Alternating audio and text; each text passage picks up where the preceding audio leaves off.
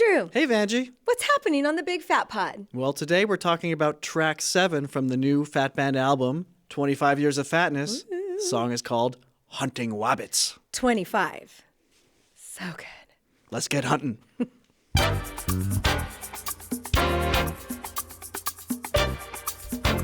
The spirit of the Big Phat Band continues. Welcome to the Big Phat Pod with hosts Vangie Gunn-Goodwin and Andrew Kesler.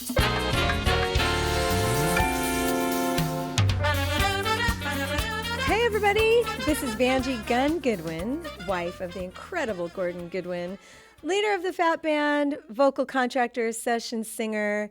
And let's see, I went around the world with Gordon in less than 12 months. Wow. I'll tell you about it later. If you said fly, I could be like, oh, your arms are tired. That old joke. My name is Andrew Kesler. I'm an arranger, orchestrator, and music producer from Canada, now in Los Angeles. Yay. And I've bungee jumped. Okay, you are. And I've been on a zero gravity plane, the Vomit Comet. How'd you do? Amazing. Ooh, I loved it. I'd do it again. My kids would love that. Yeah. Ooh, now you're making me think about the other adventurous things I've done. Okay, well, that'll be later. All right. Another podcast. Bungee jumped. Ew, yeah. Scary. Very, very fun. But okay. Speaking of jumping, let's jump right in to our little chit-chat portion. Good one. I thought maybe it would be interesting for our listeners to hear a little bit about what it was like to collaborate with Gordon, at least from my perspective. Yes, please tell us. So in 2019, my vocal group Accent produced a Christmas album because every group needs a Christmas album. The Phat Band has them, you know. Has them. Yeah, exactly. And we decided it was our fourth album, and we wanted to like kind of swing for the fences, incidentally, in the name of another. Yep, got it. And instead of just doing purely a cappella, we wanted to bring in some of our, idols or dream collaborators. So, and not just do all the arranging ourselves and have string orchestra, have big band. And so I first reached out to my buddy Elliot Deutsch, a big band writer and leader, be like, hey, would you want to like maybe arrange one song, we do the vocals and you do the band? He's like, sure, of course. And then we reached out to Nan Schwartz and Jorge Calandrelli, rest his soul, to do some amazing string arrangements for a couple of other songs. And then last but not least, we thought, Gordon has talked about working with us, and he had an idea for something that never quite panned out, but maybe he wouldn't mind just arranging the big band on top of something we've already started. And we sent it to him, and he was like, yeah, that'd be great. How about we get the Phat Band to record it? Oh, I'm my like, goodness. What? Okay, because we hadn't necessarily planned on that, and I guess he had a couple songs to put on for the Gordian Knot that need to be recorded, which was the Incredibles and Summertime. And we had two songs that needed to be on our album, so we kind of split a session at Capitol, which was awesome. And he was super down and very excited. So what we did is we sent him, here, I'll play it for you. Sent him just a little rehearsal clip of what we had built so far. So, and it sounded a bit like this. Of the year, with the kids jingle belling and everyone telling you be of good cheer. It's the most. Nice. Okay. So that's what we sent him. And then, I'll kind of let Gordon talk a bit about what it was like. Okay. Once the album came out, we actually did like a presentation, like a big CD release sort of thing with ASMAC, American Society of Music Arrangers and Composers. You were there. I was there. And he kind of chipped in a bit about how the process was like for him. We said, well, how about the band takes the first head, and then we come in, and then we build together. And it's a delayed gratification thing, because we know it's a vocal record. So when they do come in, and of course we put a key change in, we know what that does, right, to our sensibilities. And so sells records in the 90s. That's what it does. It does, yeah. So we had this idea of having the band start and delay the vocal entrance until maybe about a third of the way through, and then Gordon just finished the vocal arrangement that our Swedish guy Simon Åkesson had started, and it was just so easy. And collaborating on arrangements can be very difficult. Both people really have to agree on the direction, all this, but this was just, he knew what we were going for, and he just took it to a whole other level. So that was really, really special to work with him on that. And he was just so fun and so supportive and just like, what can we do? Let's do this. Let's just do it. Let's do it properly. He didn't be like, oh, you're just some small independent group. I'll just, give you just the bare bones. Oh, no. No, and that's when he and I were talking a lot and just getting to know each other and hanging out. And that's when I realized this guy has he's got such a similar sense of humor to me and a view on life. And, he's way further along the path than I am, but I just felt a kindred spirit to him right away. So I'm forever grateful for that experience. He felt that with you. He really did. That means a lot. Yeah. And that's the other thing about Gordon is he anything he put out was going to be excellent. Yep. He wasn't going to half-ass anything. If it has his name on it, it's going to be great. Yeah. So you're lucky. I'm very, very fortunate. Yeah. And then so are we, because then the relationship was built. Exactly. And now here we are. And music, I mean, we can talk about networking in the business, but it's all relationships. It really is. It's who you know, who knows you. Yeah. And maybe that can sound shallow to a point, but it doesn't mean those relationships can't be more than skin deep. In fact, most of the time they are. Right. People that you can trust with, people who can handle curveballs, or who won't complain all the time, or who won't kind of fold under pressure. Right.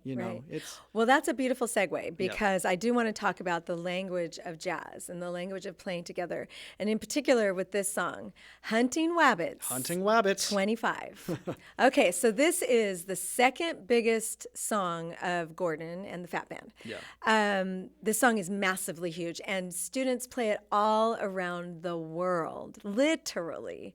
We've gotten videos of so many schools, from middle school, high school, college, everywhere. And so it's a huge hit, and audiences love it. And if we don't play it, they get angry. Yeah.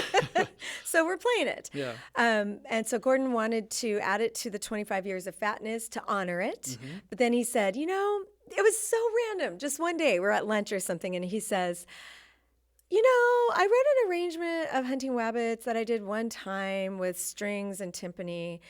Do you think I should add it? And I was like, yes. And he goes, gosh, what's that going to cost? I go, who cares? Just do it, Totally. And so we did it. Wow. And Andrew, I still listen to it every other day or so, and I get chills. In fact, I told him before he passed, I said, I tried to listen to this without getting chills. And his first question to me was like, why? I go, it's more just like an exercise to see if I'm desensitized, if I can just listen to it. I go, I can't. Every single time I'm like, Some music will always hit me. Because, when you have to listen and study and learn music and play it all the time, you do get desensitized. But some stuff I will always perform. I will always love to hear. And it's just a testament to this. And this is Gordon at his most Warner Brothers. It truly is. And so when in our concerts now, I have found a video clip of him, which we'll play in a minute, of him introducing Hunting Wabbits. Yeah. Because there's no better person and no better way to introduce it than Gordon. I could get up there, Wayne could get up there, we could talk about, he did music for Animaniacs, blah, blah, blah, blah, blah. Okay.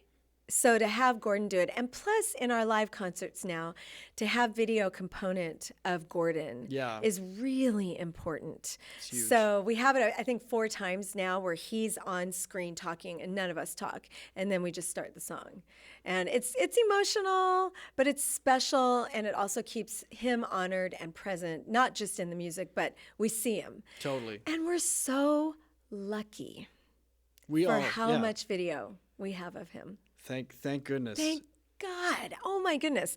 Yeah. And so with this, we brought in a string section, a full string section, and then timpani. And there's some other perk. I hear xylophone and stuff. Yes. As well. Oh yeah. All the percussion. And I looked at the score, and it has some extra, not only just the saxes, but it has additional overdubs of reeds. The winds. Yeah. Flutes, piccolos, all that. There's so much to this song. Yeah. So much. And the thing I love about it is each section is featured in a soli. Yes. At the beginning of the song. And then, the song builds, and that's when the strings really come in. And then it releases to the jazz section. Yeah. And then that's when we all can kind of go, okay. But then those punks, I'm trying not to call them names, lovingly names, they build, and what happens is Kevin and Ray, we'll talk about this further, but the three of them just flowed together. It was a language. Yeah.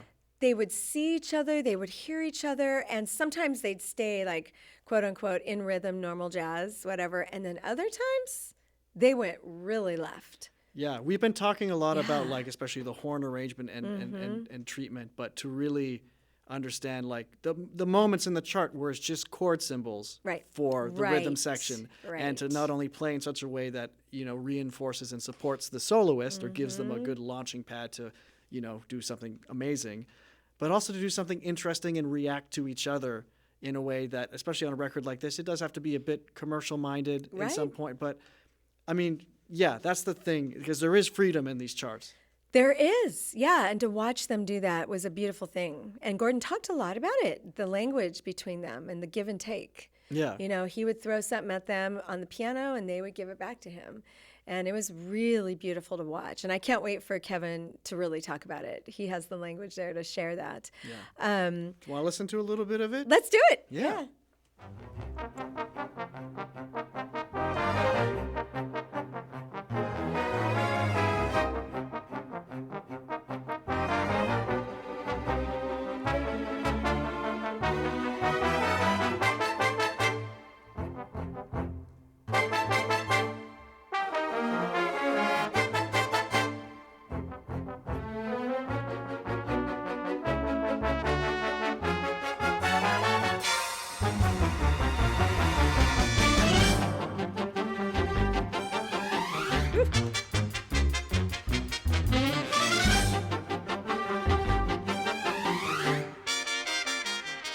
So good. Yeah, we can stop. Man, it is so good.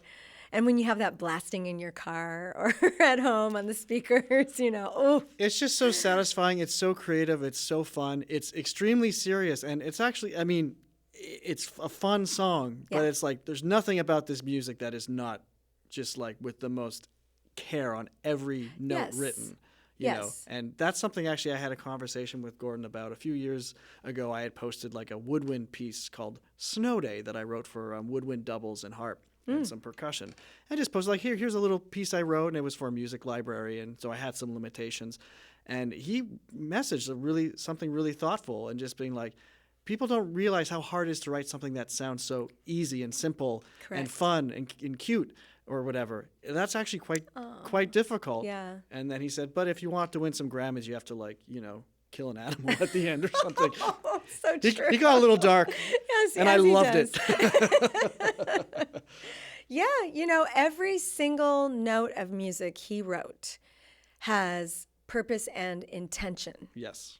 Every interval move, every counterpoint, just every solo section. I could see it in his mind.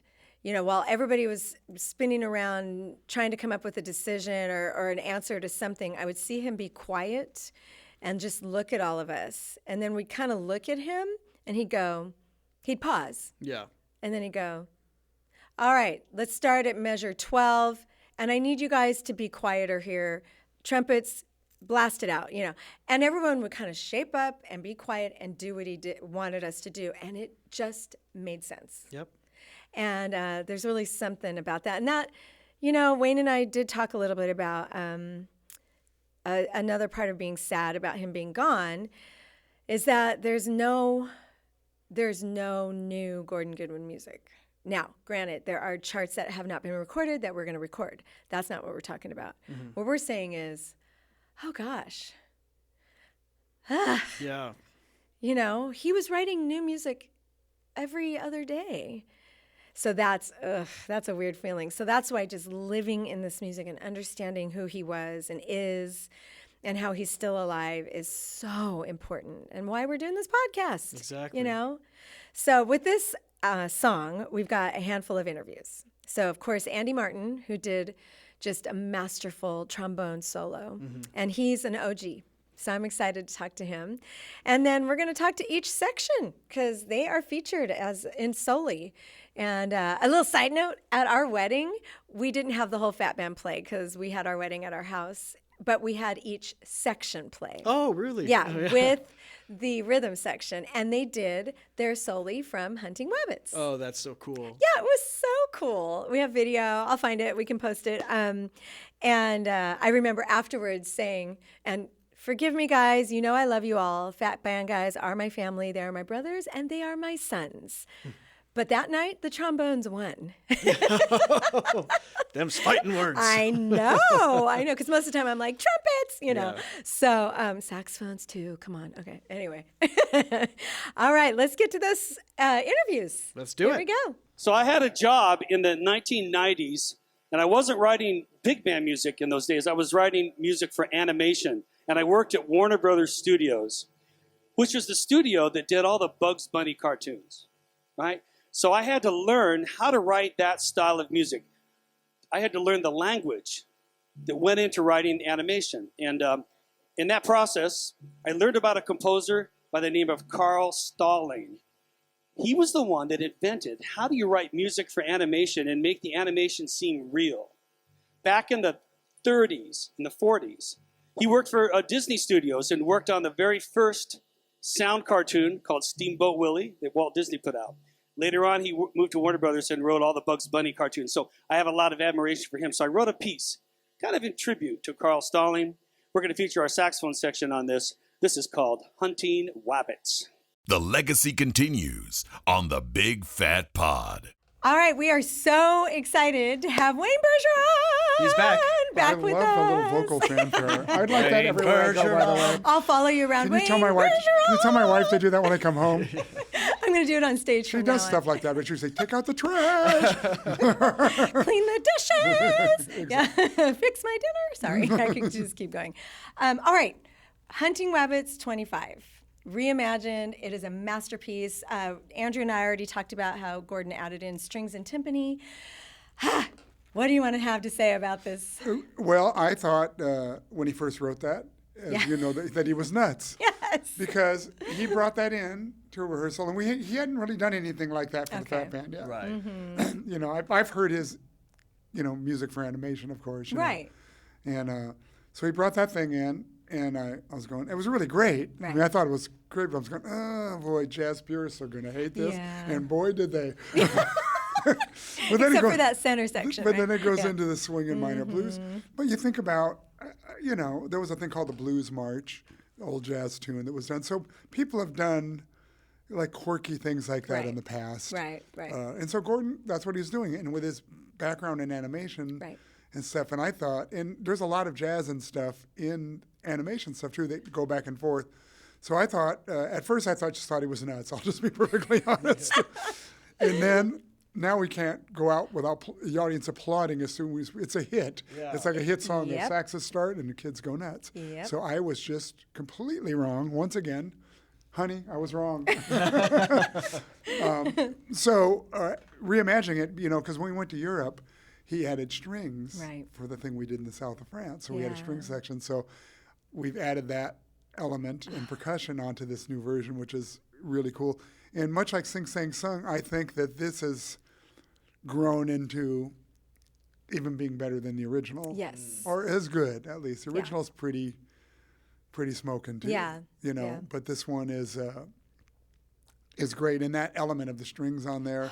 And I was at the string date, so that was really It's thrilling. really, really cool. So yeah, it's fun to play on that. On the original on that, when we go into the solo section, it goes da da da da da da da, bop bop. There's that big moment. Right. And Gordon just wanted it like super big, and it was written. He goes, "Hey Wayne, would you play that up an octave?" And which I always thought was a little much. Even to this day, I don't. You notice I don't do it Right. anymore there, just because I just thought it was a bit much. And You're like, no. I'm sticking with my original play. Yeah. But he liked it, and kids love it. Yeah. Yeah. So when we first started doing it, I'd see kids go, "Oh, he didn't do it," and maybe it's See? because I couldn't, or I didn't want to. Right, Probably right, more right, I didn't right. want to. I didn't want to. So, but the one at the end, Yeah. I've kind of kept in for the most part. Yeah. And Let's listen to it. Yeah. Here we go.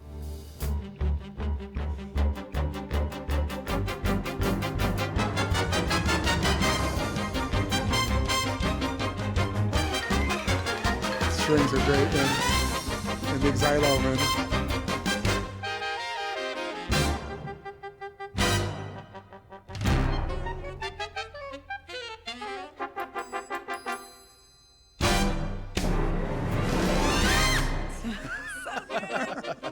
Wait. We gotta hear Joey. Right here. That's what we always do. We get on our tiptoes. Oh, that's so funny. I love it. Yeah. So that. It's funny. You shot a video of me on your iPhone doing that I when we were doing the did. take. Anyway, so that's still in there, and I'm actually playing second trumpet on that. What? Yeah, because I Who's on did that first? chart. I used to play lead on it, and then I was just playing so much Yeah. that I started. I used to let Dan Savant when he was in the band. Right. I keep the lead on it sometime, Right. and then it ended up in Dan Fanero's books. I Sure. said, "Why don't you just keep that over there?" And so. Except for the crazy high note. Yeah, right? so I'll just play. I'll play the high note. I'll take Get all the glory, You yeah. do all the work, and I'll take the glory note. Oh, exactly. That's what us tops do, right? Yeah. You guys need to wear a hat so people can differentiate who's playing lead. Yeah. So it's but that's a fun chart to play, and it's actually, it's not a high lead trumpet part, but it's a treacherous part that.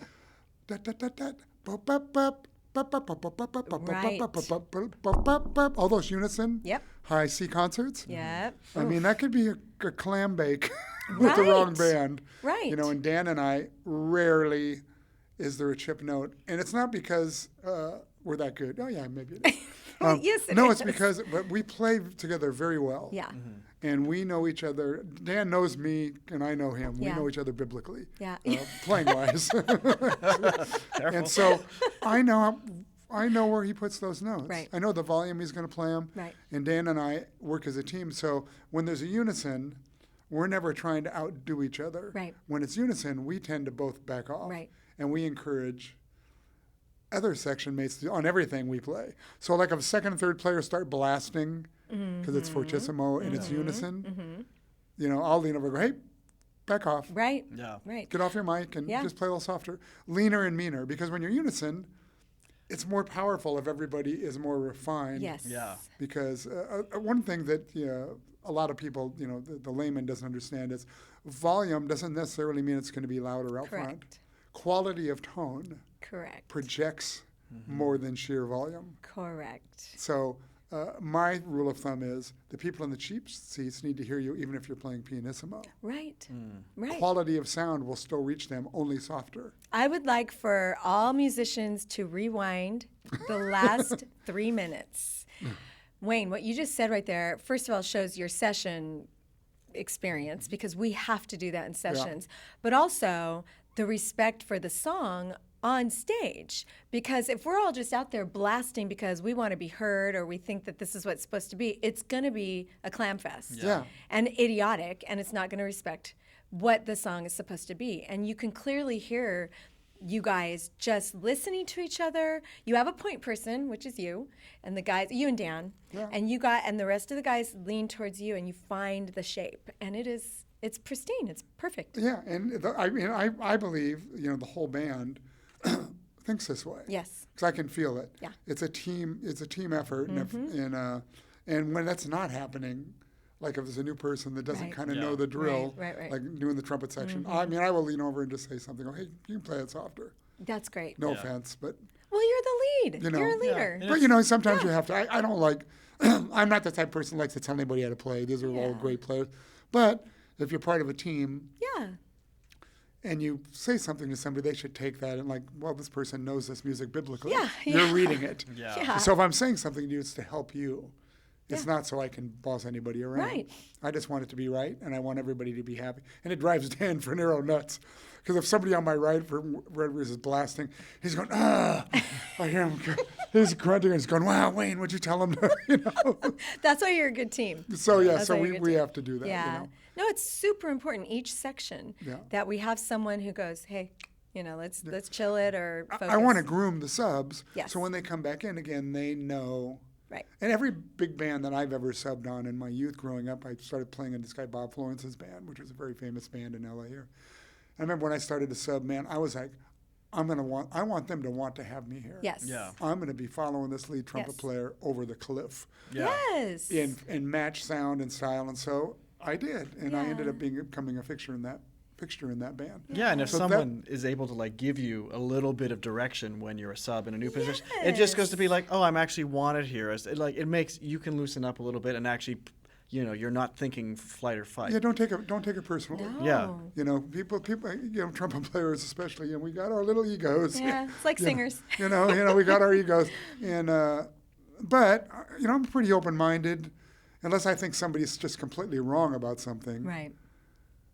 I had a trumpet player that'll remain nameless, Oh, yeah. but I told him how to play something in the Big Phat Band one time, and he said, "Well, I thought that's how I was doing it," and I said, "Well, if that's how you're doing it, I probably wouldn't have said anything."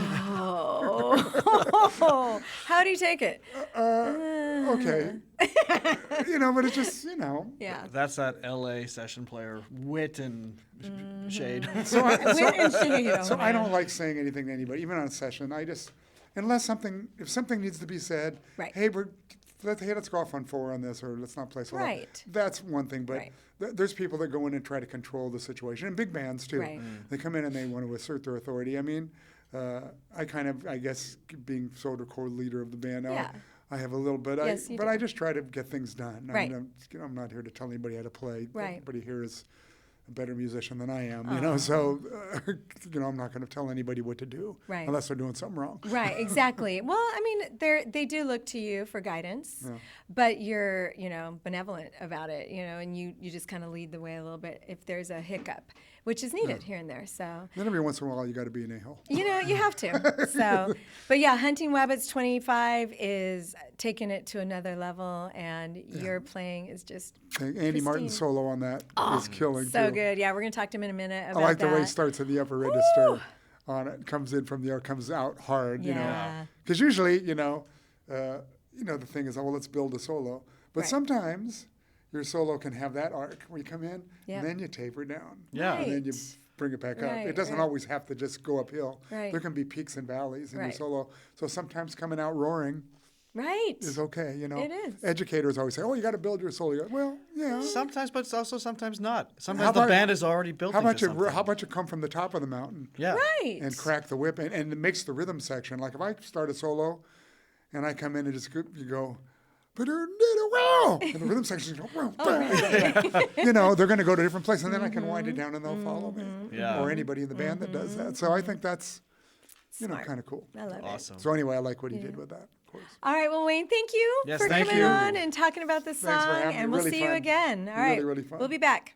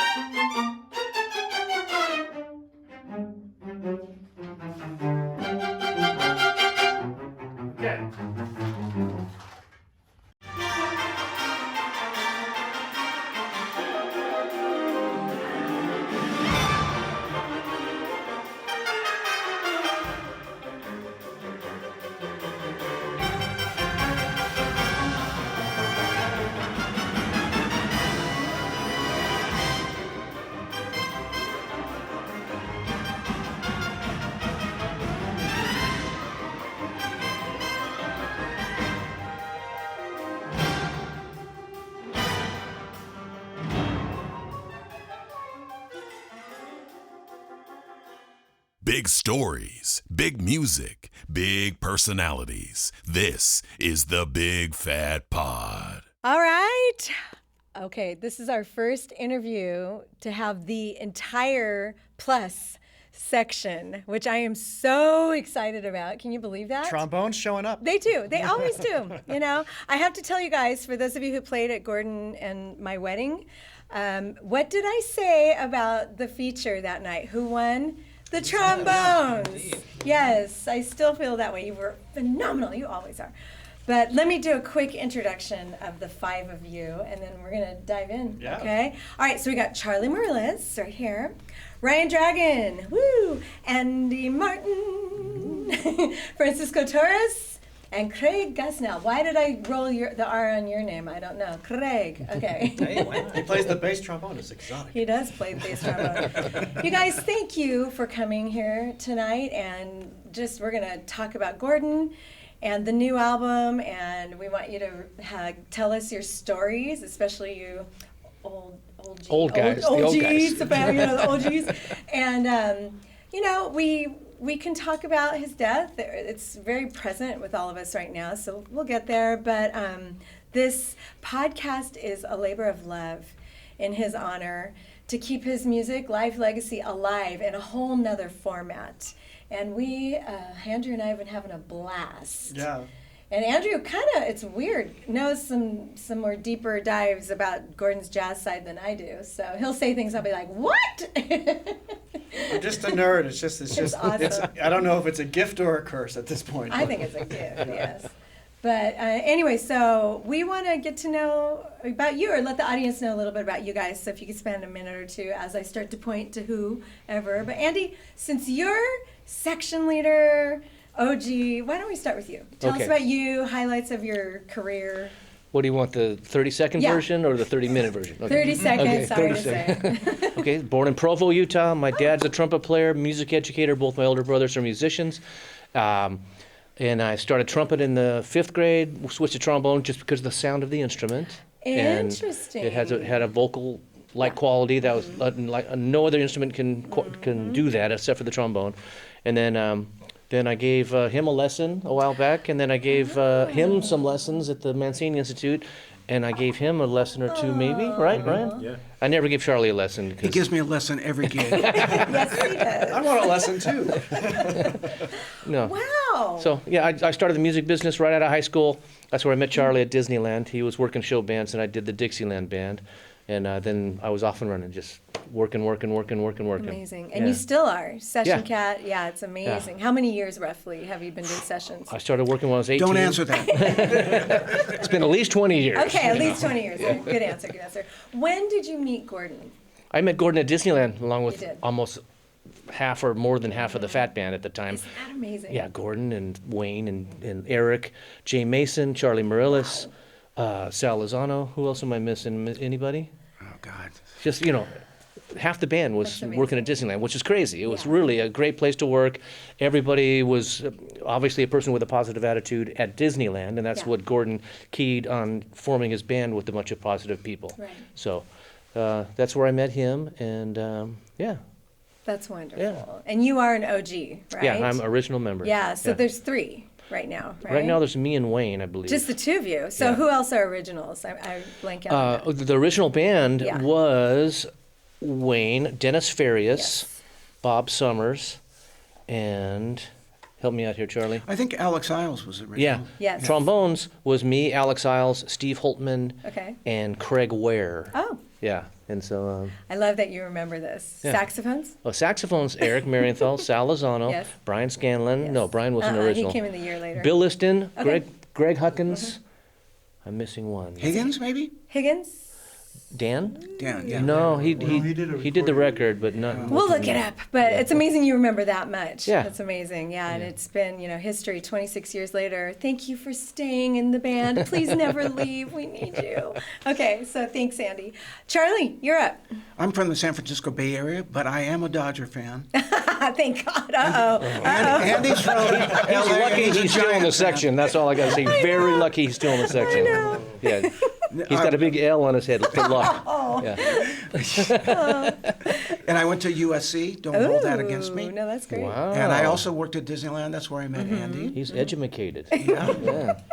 And I've been playing ever since graduating. But the first couple of years when I got out of USC were pretty bad. Sure. you know, working the Renaissance pleasure fair. Oh gosh. Sleeping on a hill and getting up and playing sack put, you know, when you're 23 years old and loving it. Yes. I'm And still leave the waiting music for my business. sax butt call. So, and I met Gordon probably way back then, but I got to know him when he and I and a few other guys share a love of the Los Angeles Lakers. Yeah. And he calls up, I can't remember how it, we're going to split all these tickets. Do you want in? And I said, I don't have time to go to every game. But Sal goes, you and I will share it. So we shared these tickets. And Sal Lozano and I got to go to 2 final games. One against the Celtics and one against the Detroit Pistons. Was this Magic's time? Oh, yeah. Magic, Larry Bird, Kareem. Yeah, it was incredible. How So that's how I fun. got to know Gordon. Okay. And then working, and Steve Holtman, I guess, got too busy, and I replaced him in the band. Great. And that was probably 23 or 24 years ago. Wow. So almost an OG. Almost. Yeah. Were you at the Laker game that Gordon saw the Laker girls do the dance that inspired the For Jazz Police? We went to so many Laker All games, right. 4 or 5 years of that. You might have been at the conception of that moment. Sal and I went to a game where we went and we got pizza. That was the thing to do. And we went and sat down, and we had a couple bites, and we looked at the scoreboard, and it was Lakers 29, Sacramento Kings 0. Oh.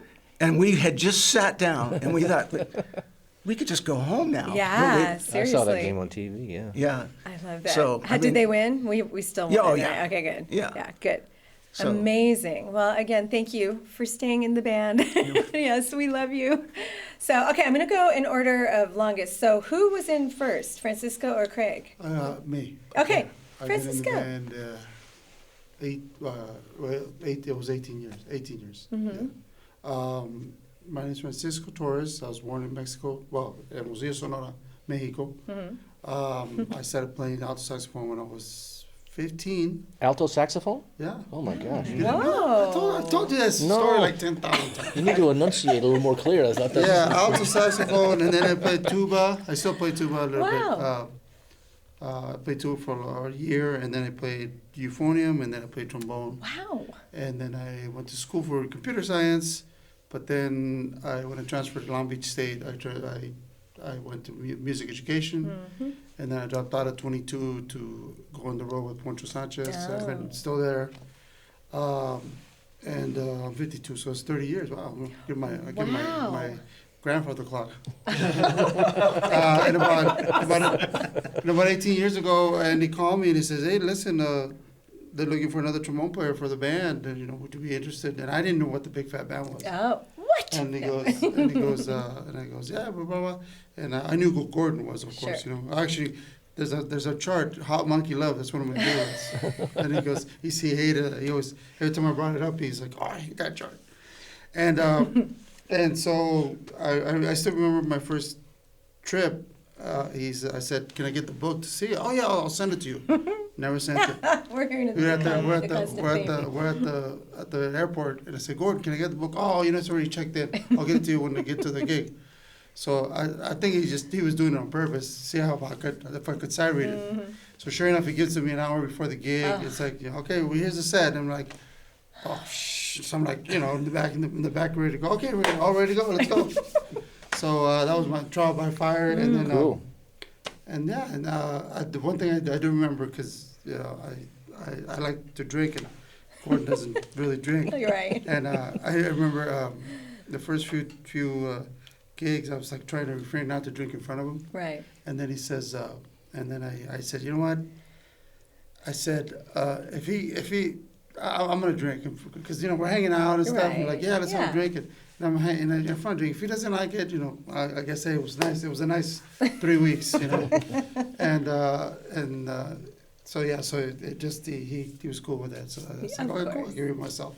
And that's how I ended up in the band. That's great. So. Yeah, and again, thank you for hanging with. You're a real asset to the group. Yeah. That is a thing, not knowing whether you can cut Partake. loose, Yes. partake on a gig or a tour. Especially if your leader is totally sober. Yeah, exactly. Oh, yeah, and he really was. Like, anytime we'd get a glass of wine, he'd take a sip or two, and by the halfway through the dinner, he'd pass it to me. I'm like, okay. A lot of guys like to drink. Well, when we're on the road, usually at our local gigs, we finish the gig, and I joke about who leaves the fastest. Charlie, you leave pretty quickly. Andy, you hang a little. Craig, you leave really fast. Sal always leaves super fast. Eric. But the hanger-oners are Francisco, Ryan a little bit, Andy, Annabelle, Wayne for sure, and we hang and talk. But what I love about is when we go on our little tours, like when we went to Florida and Australia, and the few that I've gotten to do with you guys, we hang in the hotel lobbies, and those are some of the most fun memories that I have with you guys. Oh, yeah. We don't get blitzed, and we keep the hotel nice, but we have a little fun, so, okay. Moving on. Craig. Yes. Hi. Tell us about your drinking. Gosh, I say I'd average about. So this is an intervention. Yes, this is an intervention. Trombones. We're two beers a week. Oh. So, yeah. But You are so disciplined. Alcohol level This is ascending. bad. Wait a minute. Are we good? Listen to the discipline here, because this kind of is it's a mirror image of his practice routine and his daily routine. And I have 2 beers a week. It kind of fits, yes. Thanks. I mean, It wasn't a compliment. Yeah, exactly. As I said, thanks No, for it the was a question. compliment. Take it as a compliment. Sure, of course. Well, let's see. I got going in music when I was about 10 years old. The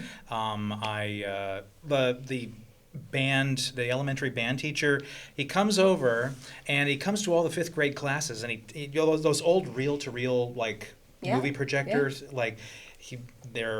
they're playing that, and we're getting an idea of all the different instruments of the band.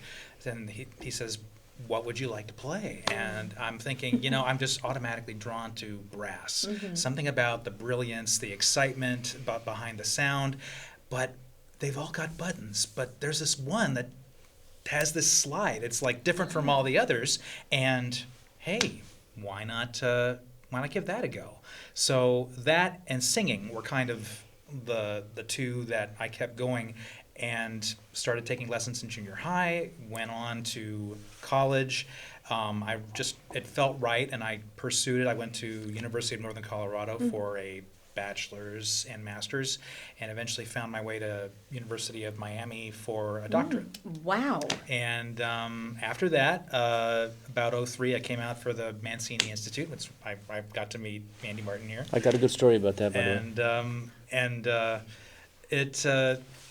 So I started to just play rehearsals, and eventually that started to be calls for work, and I got to sub on the band for Craig Ware for a number of years, and it was wonderful. And I always felt like playing on the band, there's no autopilot. There's no. It's always edge of your seat.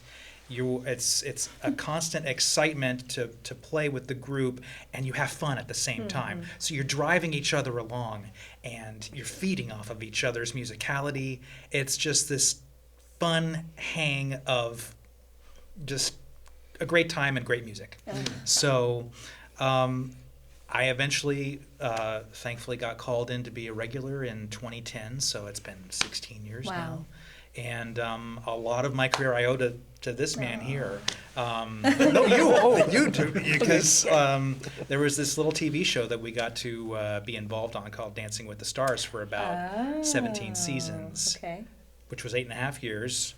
And you recommended me to the contractor, Bill Hughes, at the time, and that kind of helped solidify some things for me. I eventually started doubling on other instruments, contrabass, trombone, some tenor, some tuba, some whatever, and it's been a fun ride so far. Yeah. So the story I have of Mancini Institute. So he went one summer. They had this thing called the Henry Mancini Institute. It's a 4-week course for a full orchestra full of musicians, and then I taught the 4 trombone players 1 lesson every week. So I had 4 duties every week. And first time he comes in and, oh, hi, Mr. Martin. I really enjoy your playing. Thank you very much for seeing me. And sorry, I do a little. He doesn't do this thing. Little Craig imitation. I have 2 beers a week.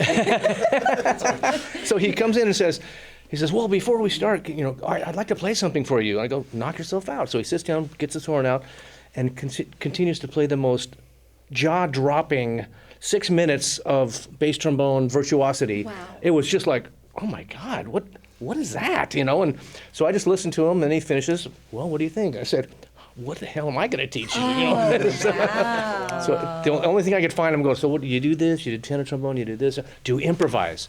And he says no. So I kind of had something I could offer him, but he was fantastic at that age. And then he goes, I'm thinking of moving to LA at the end of the summer. He moved to LA, and then all of a sudden, Bill Holman's band happens, Dancing with the Stars happens. There's other things that happen at the same time. Oscars. Yeah, Oscars, boom, boom, boom. He just waltzed right into work, which was, he deserves it, so it's great. Yeah, Craig, Yeah. you're solid. Oh, Yeah, and I got to say, I pointed out with the saxophone interview, the one that practices nonstop is Alex Hahn. He is constantly practicing, and so are you. The second, you are probably the first person after Gordon and I to show up. After maybe Ray's before you, Getting all the setting stuff drums, set up right? and then Craig shows up and he starts to warm up. He starts to practice, and it's proof of your talent. So I love it. I have a story about him warming up. I'm subbing for Andy on Bill Holman's band. Okay. And we sit all in a line like this, and there's Craig, and nice to meet you, Craig. And right over here is Pete Chrisley. Right. Oh, the legendary Pete Chrisley. So he gets his horn out, I'm warming up. I think I might have had a practice mute, and I'm playing, just some duh. And he's over there reinventing the bass trombone. all over. And then this goes on for about 10 minutes, and he puts his horn down, and Pete turns around and goes, "You're not going to need any of that." Oh, I loved it. And I don't think he knew, like, what does that mean? I think it's a great discipline. So keep it. That's right. Thank you for being in the band as well, you guys. All right, our newest, but not by any means new trombone player is the amazing Ryan Dragon. So tell us about you. Yeah, hi, I'm Ryan Dragon. I grew up in Orange County, California. I started playing music in 5th grade. I wanted to play drums initially, and after a couple weeks, we were just playing on the drum pad, and I went home to my dad, and I told him, I want to play a real instrument. I'm just playing on this drum pad. I'm not even playing a real drum. Shots fired. So he's a trombone player also, so he gave me my first trombone, and he gave me my first beer. And that's one heck of a dad. No, right I'm there. just kidding. Well, Wait, in 5th grade, we're like, what? no, it was a little after that We that have he a gave me my theme. first beer, but yeah, sticking to the theme. And so I have a different path. I kind of grew up listening to you guys and being inspired by Gordon and his music. We played all that stuff in high school. Yeah. Sing, Sang Song, Hunting Wabbits, Count Bubba, and I have like memories of learning trombone to those charts and studying Andy Soli's solos on a bunch of stuff.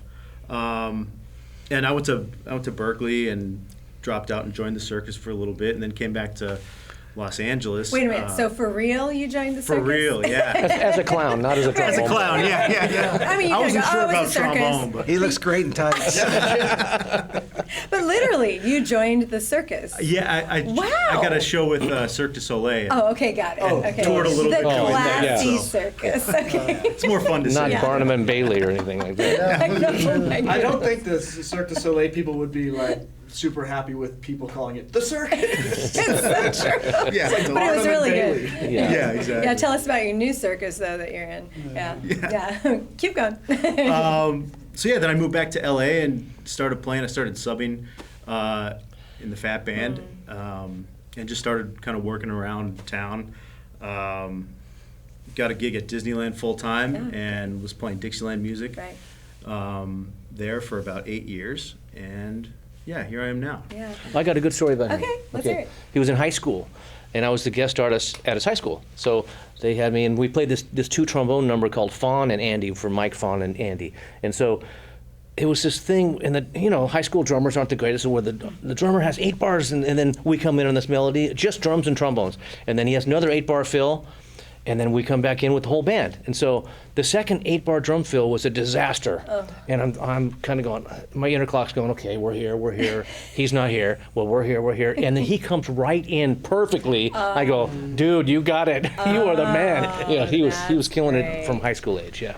Yep. I just want to say something about, he talked about listening to the Phat Band. Yeah. This has happened to me a couple times where I play shows with the touring people come through, and invariably the trumpet player will turn around to me, and this happened just a couple days ago. He goes, "Do you play in the Phat Band?" Yes, I do. He goes, "Oh, when I was a kid, I learned all your stuff." Exactly. I love it. You know, I did say this in a couple interviews, but I said it to Gordon, I think about 2 years ago in one of our Catalina gigs. The room, literally, as you guys know, is more than half filled with students, usually at Catalina, right?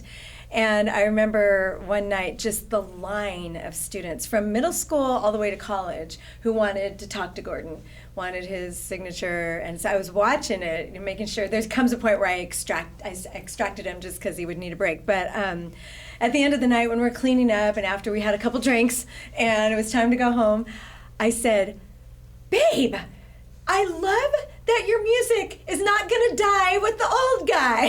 You know? And he cracked up. He goes, "Yeah." And having it published in all the schools, it's still going like wildfire. Oh, I'm sure. Yeah. And there's a time, like, you know, between probably ages 12 and 16 where the music that you are really into at that point that really affects you, it probably affects you throughout your whole life. Like, nothing quite hits as hard as the music, like, you know, during adolescence or whatever. Right. But, like, you will have such a strong personal connection to that. And, you know, so that is just going to keep happening, which is amazing. It is. Ray, and so who are you traveling with in addition to the Phat Band these days? Well, the last couple of years I've been with Herb Alpert and the Tijuana Brass. He put the Tijuana Brass back together for his 90th birthday tour. Yeah. And that's been equally inspiring, Yeah. seeing someone like him who doesn't need to tour or play music out anymore. He can, you know, he's done really well for himself, obviously, but he still gets so inspired by playing and gets so much energy from playing. And it's been, a dream come true. Gordon was so proud of you. Yes. And Herb and Gordon were friends, as you know. And so when he found out you got in there, and Herb actually called Gordon and said, "Hey, don't be mad at me that I'm taking your drummer and one of your trombone players." And Gordon was like, "I'm not going to stop them from joining you. Come on." So, yeah, he was really proud of you. So good job, Ryan. Thanks. I think your star is still just kind of shooting up right now. So that's really exciting. So, all right, well, we want to transfer a little bit over to the song I wanted to really talk to you guys about, and that is Hunting Wabbits 25.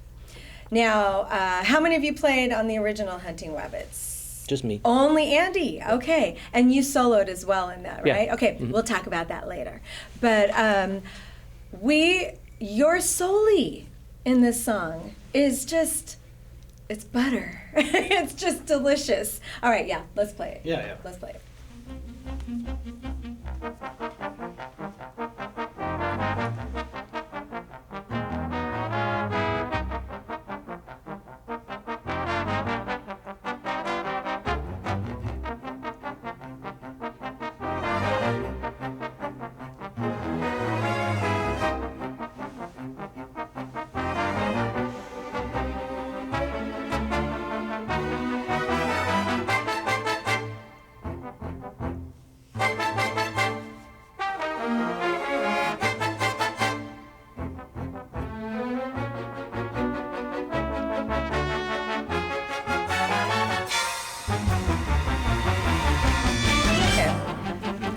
Amazing. Wow. So how do you approach recording something like that you have been playing on the road for such a long time, and kind of like, because you obviously know when you guys play that live, crowds will go nuts, kids will go crazy. Are you like kind of trying to capture some of that energy? Because I know when we all perform, when you get that kind of feedback from an audience, you do play a bit differently. Yes. You know? Oh, yeah. And I think it's harder playing it live. Because you're sitting there, the saxes are playing, and also they've had one tune ended, and then all the announcements and then the talk about the tune and blah, blah, blah, and you're sitting there, and then the saxes start, and you're, okay, ready to come in, and you got to come in and be tight, and that's not an easy solo. Right. And I think it's harder live. And it's really harder when the bass trombone player comes in or doesn't come in. Last gig. That happened this past time. I do have to own up to that. You're down to one beer. He's done it. Yeah. Right. Mistake. I've lost my privileges. Every time, because I always tease him in Dancing with the Stars, we have an 8-bar phrase, and you just hear it and just don't count, whatever. Yeah. But he counts everything. Aww. He's like, yeah. I'm like, don't count. But this time he didn't count, so I took your advice. And I got too comfortable. Don't listen to that. I started I think a bar late. Yeah. And it just everything went sideways. And then we had a sub playing third trombone next to you, and he freaked out. Right. He was like, oh, and he had the first part on that. Oh no! By the way, yeah. And so then I came into the third part, and the second half of the bar, I go da da da da, and then everybody else comes in, joins in. But Thank you. It was a fun moment. It was I remember. Yeah. I said to Andy, you know what? Next time we do that, we're going to need more or less strings because I couldn't hear Craig come in. He goes, he didn't come in. Luckily, the strings were what saved me. I was able to hear what the string basses were doing there, and I was like, okay, I'm playing with them in this version, so I locked onto that. I'm sorry to call you out, Craig. I'm sorry. Because usually he's like flawless. Yeah. But we got to. That's what makes it funny when someone who never fails has one moment. Well, we've all had our moments. Oh, yeah. Well, now we've been talking about this song. We have added the element of tracks now, which is nuts on this song. But the strings and timpani are so dynamic and incredible. I can't wait for you guys to hear the final mix of the song. That Gordon wanted to start implementing it, and so I am, as you know. And it's gotten fairly complicated, but the other thing I've noticed is normally, without the tracks, without Ray keeping the time, the solis ebb and flow in tempo. Sure. Right, which is normal and natural, but now I hear the energy of you guys we can't do what we normally do live. Because we usually play it faster live. Right. You got to settle in. Yeah. So, I mean, part of it is, gets you out of your comfort zone, okay? And we all need that, right? Number 2, thank you for joining in on that, because out front, you guys, when those strings come in, it is just chilling. Yeah, even if they're just double, like cello's doubling, just that extra rosin grit really adds that texture that's just like, ooh. But one thing though, when he didn't come in, if there were no strings or any track, we would have just started again. It would have been fine, but we couldn't do that. Yeah, because there's a track. Yeah. Right. And we hadn't heard that part enough to know exactly where they were. Right. So, quick question: would you really have just started over live? We probably would have counted something in after Craig didn't come in, and I would have kept the bass line going. I probably would have said 1, 2, 3, 4. Got it. So you really which that's cool. Yeah, but because we're playing with tracks, we don't have that flexibility. We couldn't do that, Welcome to the new era of Phat Band. Especially in our album release concert. It's all the new songs. Hey. So that's kind of a question, I guess, for playing a lot of these songs. I know for bands and instrumentalists, like this kind of stuff, the songs, but you are always reading. Are there any songs you think you could play from memory? Because that's the thing singers always have to do. It's like, I gotta learn lyrics, I have to do this, and it's different. But I'm in the 13th, or am I the flat 13th on this chord? That's a good question. I don't think it could happen because Andy always switches it. You play first. Yeah, we switch parts. You do. Just to make it interesting for everybody. He plays first on this one. First part all the time, then maybe, but. Yeah. I might be able to play Rhapsody from memory. Oh, that's cool. Because I always play that solo. Most of the time I play the solo, but if I don't do a gig and there's a gig 3 weeks from now and I miss that gig, my next gig is, 3 weeks from then, so I haven't played it in a month and a half. Right. Just seeing how the inner, can you kind of in a way sing your part in your head or something like that. But Yeah. that's actually interesting to know. I don't think people would guess, how much part switching goes on. I know sometimes people might say Wayne's tossing the part to Dan for certain songs or whatever in trumpets, but and I know saxes kind of stick. Yeah, to their saxes parts. kind of stick to their parts. But you guys kind of musical chairs. Yeah, just to make things interesting, just keep everybody that. fresh and keep everybody ready to go. You know. Yeah. And just when I start feeling comfortable, Andy will wait till like, come on, you can go, here's your hair. See, that's the mark of a good leader. Do that kind of stuff. The art I love of the that. pass. I love it. I love it. And also, you keep in mind as a lead player, you well, who's going to sound good on this, you know? Right. And we did that with Hunting Wabbits on the recording, on the very first recording. And that was 25 years ago or Yeah, something like it that. was. So I was playing first on the whole record, but then I thought, okay, there's that little classical thing in here. I said, Steve Holtman is going to sound really good on this. So Steve played first on that one, and then I played most of the rest of the first, but I just take that into consideration when I'm passing a part, like who's going to sound better than... Again, another mark of a good leader, that you're not going, it's mine, I have to do it. Yeah, I mean, I'm way past that. Right. I'm 65, so but those days still. are way in the But past. you never really been like that. There is people that are like I that. know. Yeah, that's true. There are people know. like that, and we don't like them. They're not in the Phat Yeah, Band. serve the music as opposed to serving Yes. yourself. Exactly.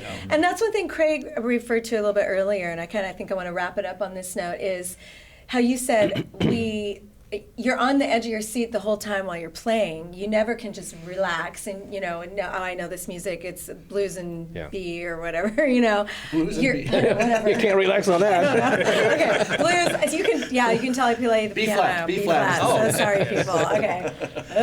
Okay, so that really, Anyway, moving on. But that you drive, it's constantly driving, but you're also leaning on each other. And it is evident every single gig. As you guys see, I like to film sound check, during the solis. I know it's a little nerve-wracking with me being like, hey, but my mind is blown constantly. The second you guys start playing, things just go whoop. And it's a sign of years of playing together, but also your musicality and then the level of writing from Gordon and the expectation from Gordon. But then that came from him, and now you guys have that same expectation on yourselves. It's amazing. That's the one thing I first noticed when I joined the band. There was this snap that when people, it's hard to explain, but you could feel it. Just snap. Yes. Oh my God, that feels great. And and he talks about hitting the gas pedal and all that, but you also have to have a good foot to slam on the brakes, because sometimes we're just going and then stop. Yeah. And, but that's the first thing I remember, that snap with the band. Yeah. And I couldn't tell if it was the voicings or the playing, or it's probably both. Yeah. And these guys will back me up. Like every time we played one of Gordon's charts, we just read it for the first time. Whether it be at a sound check or the rare rehearsals that we might have had, we put the chart in front of us and we rehearse it and just play it. And I always said that you just can't get any better than that. Yeah. And it's not just the players; it's the chart. The chart can't get any better than that. It's really the top of the top. It really was. Yeah. What was the singer we did? Oh God, it was at Capitol. She came in and sang it, and Gordon brought in this chart, and we did like 4 takes, but every single one was great. Okay, decide. Is it Diane Reeves? Oh, probably. Oh No? No. it was Diane Reeves. Yeah. Yeah. Too Close for Comfort? Too Close for Yes. Comfort. Yes. Yeah, we've been talking about that song. Yep. It's And that true. was one of the charts. It's like, Yeah, how do it's you just get better than that? You It can't. doesn't get better than that. It Right. was just so perfect. Yeah. And I think that was one of your first times on the band. Oh, yeah. Yeah. And Well, I think you too. Yeah. that's why we're keeping it going. As I said early on, Gordon's music not continuing on would be wrong. And so with you guys, we have the core, we have the means, the way, and I'm just driving it now, making sure it happens. And you guys, you're so valued and loved by me. So thank you for coming tonight to this, and we had a blast. We'll talk to you again on another episode. Let's have drinks. Yeah, let's have drinks. Woo! All right, you guys, thanks. Take care. Thank you.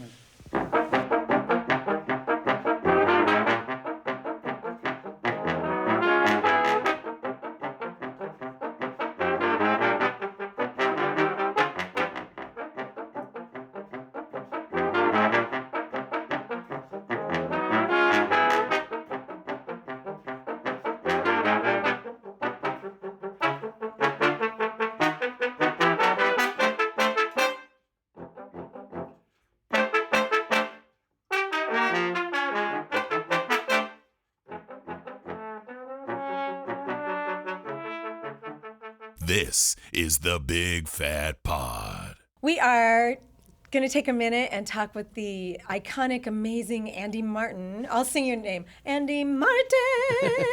Yeah. Andrew Martin. There we go. Martin. First of his name. That's right. Well, one of the OGs in the Phat Band. You've been with us since the beginning. Since the first record, yeah. You got Day one. stories for days. Yeah. And we want to talk to you about your solo, but just a second ago you were telling us about Gordon's Wandering Foot. Oh, Let's yeah. hear that. Yeah, I just remembered there was numerous recording sessions that this happened on. It's not just one time, but we'd be listening to the click track and the drums and the rhythm section and just trying to stay with it. And I'm hearing this other noise because we usually wear one headphone on Right. this year. Right. So we hear all the room noise so we can hear each other and stuff like that. So, and I hear this, let's say the click's going like this, and I hear this. It's a clave. Yeah, it's like, I'm going, what? And so we're looking around like, what is that noise? What is that noise? Where's that coming from?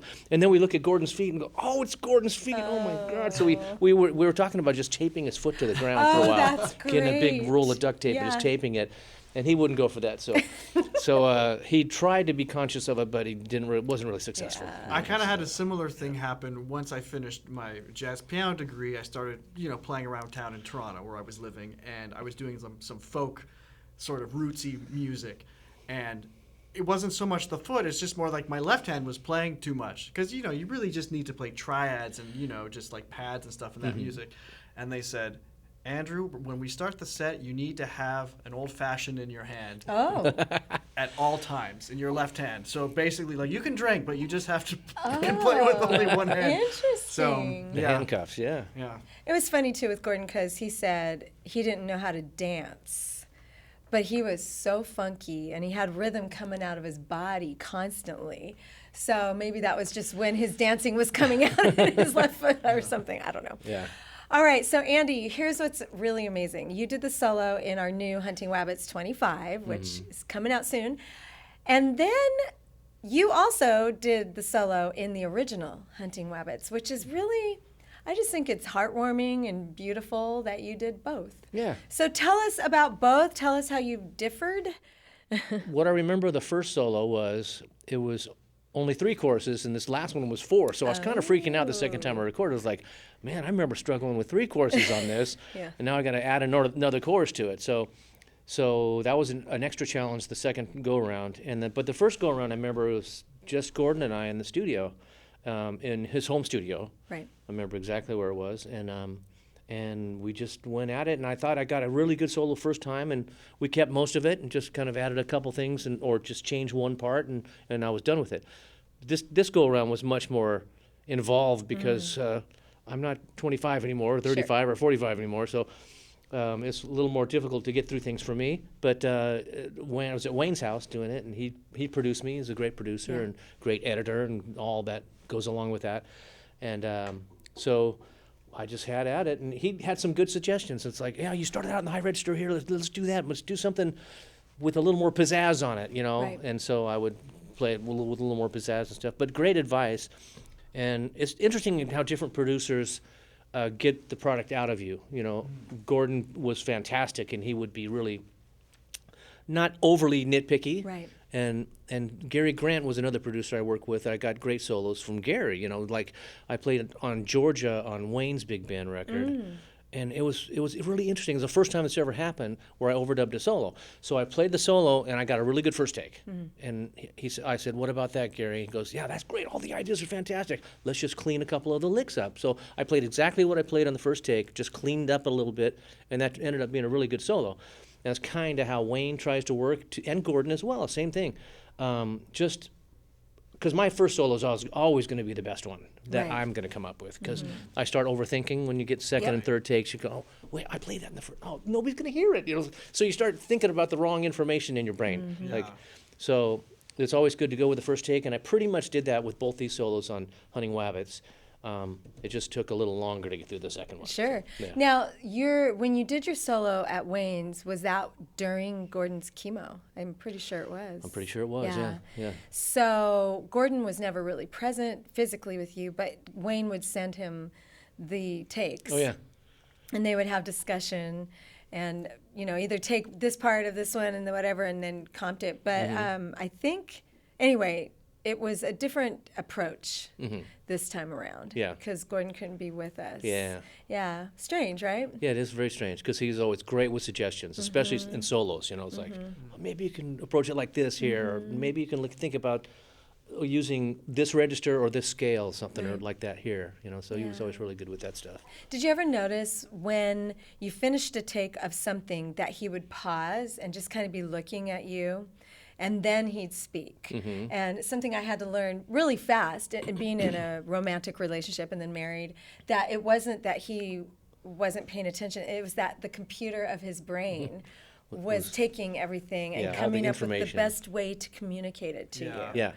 And then he'd say it, and you'd go, oh, yes, okay, let me do that. Yeah. Because sometimes how you say it is more important than what you say. Because some people, you know, it sounds like some of these producers you've worked with have kind of just helped add shape and add maybe a bit of narration to a solo or a feature, as opposed to being like, oh no, I don't think the major bop works there, or what have you. But you do also, people respond differently. So you'd be like, you know, am I going to be encouraging or am I going to be challenging?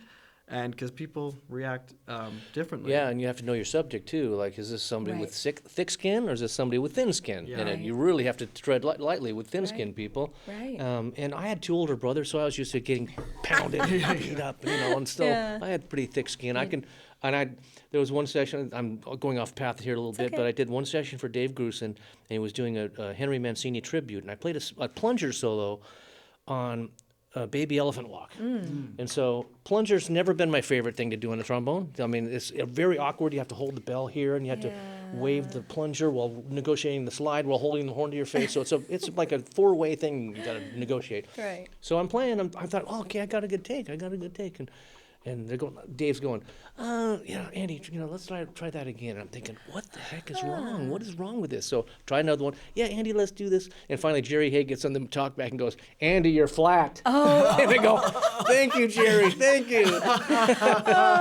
Because when you play the plunger, I didn't realize it at the time, but you tend to play low on the pitch because it kind of muffles the sound and you go lower. And so just having the blunt advice is good for me. I mean, because I'm kind of a blunt person, and people kind of get mad at me sometimes, and I don't realize it. But I'm blunt. I like people that are blunt to me, and it's great. Yeah, because it's not about you as a person. It's just like, hey, for what we're doing here, like if the role was reversed, you would probably want to say the same thing. Like if it's out of tune, like, oh, okay. Yeah.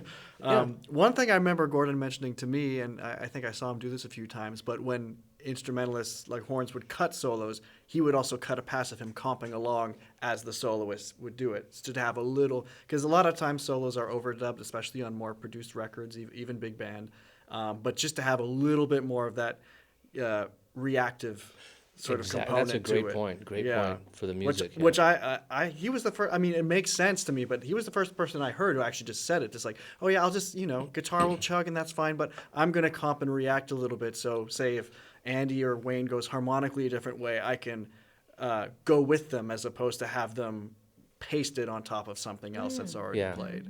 Yeah. And I always thought Gordon was a very, very good at what we were just talking about, relaying what he wanted relaying the message in a diplomatic way or something, in a way that's not going to be offensive or, sorry, it's my... A little, yeah. Bam. Yeah.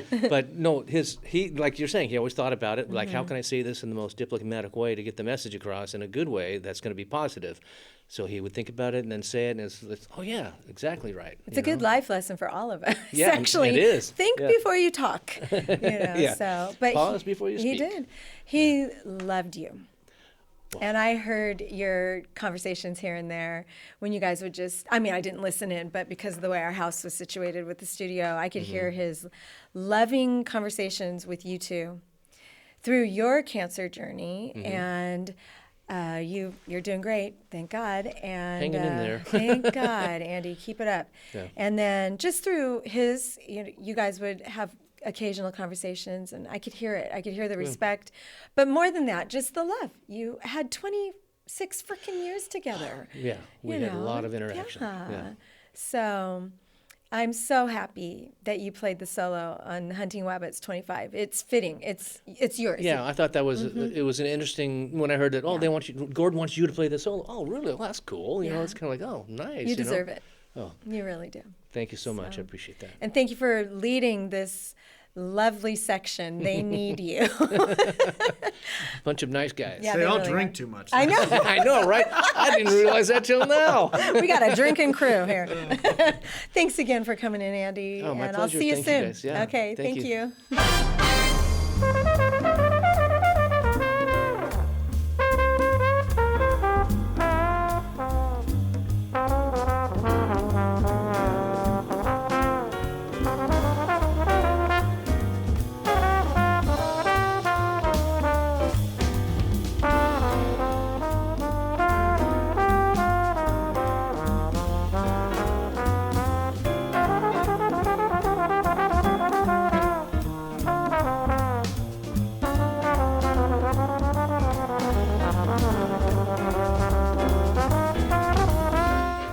Try Make Music, proud sponsor of the Big Phat Pod. Getting that perfect ensemble sound takes hours in the practice room. That's why they built Make Music Cloud. It's an interactive practice platform that actually listens to you play, giving you instant on-screen feedback on your pitch and rhythm. With a massive library of big band charts and all your Gordon Goodwin favorites, it's like having a world-class rhythm section right in your living room. I wish we had this when I was coming up. Seriously. Big Phat Pod listeners can try Make Music for free at makemusic.com/bigphatpod. That's makemusic.com/bigphatpod. Go visit. I know what I'm doing. All right, you heard that jingle. You know what's coming up. Big Phat Mail. Woo! All right. So, Andrew, you have one to read for us. Yes, Vangie. Let's I hear it. got an email here from Adam Gary from Coachella Valley, not too far away. And he says, "Hi, fatheads." I guess that's what we're calling ourselves now. And he's sharing a memory. We've got Gordon played and composed for Louis Bellson Big Band in the 70s. I made a few visits to the Carnation in Disneyland as a high schooler. The band was hot. Blaring solos and brassiness everywhere. You had to like the music. It was not everyone's thing, but here he is playing second tenor, seemingly just focusing on reading and playing. And after the last note, Louis credits him, Gordo, as the composer. Blew my mind. Gordon did not stand up or wave. I don't remember much, but the piece was filled with depth and intricate parts. Aww. So just caring about the music, Yeah. or caring about the music rather. Right.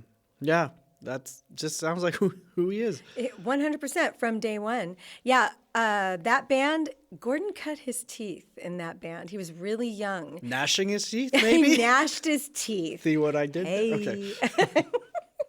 And he got on the bus, and it was tough.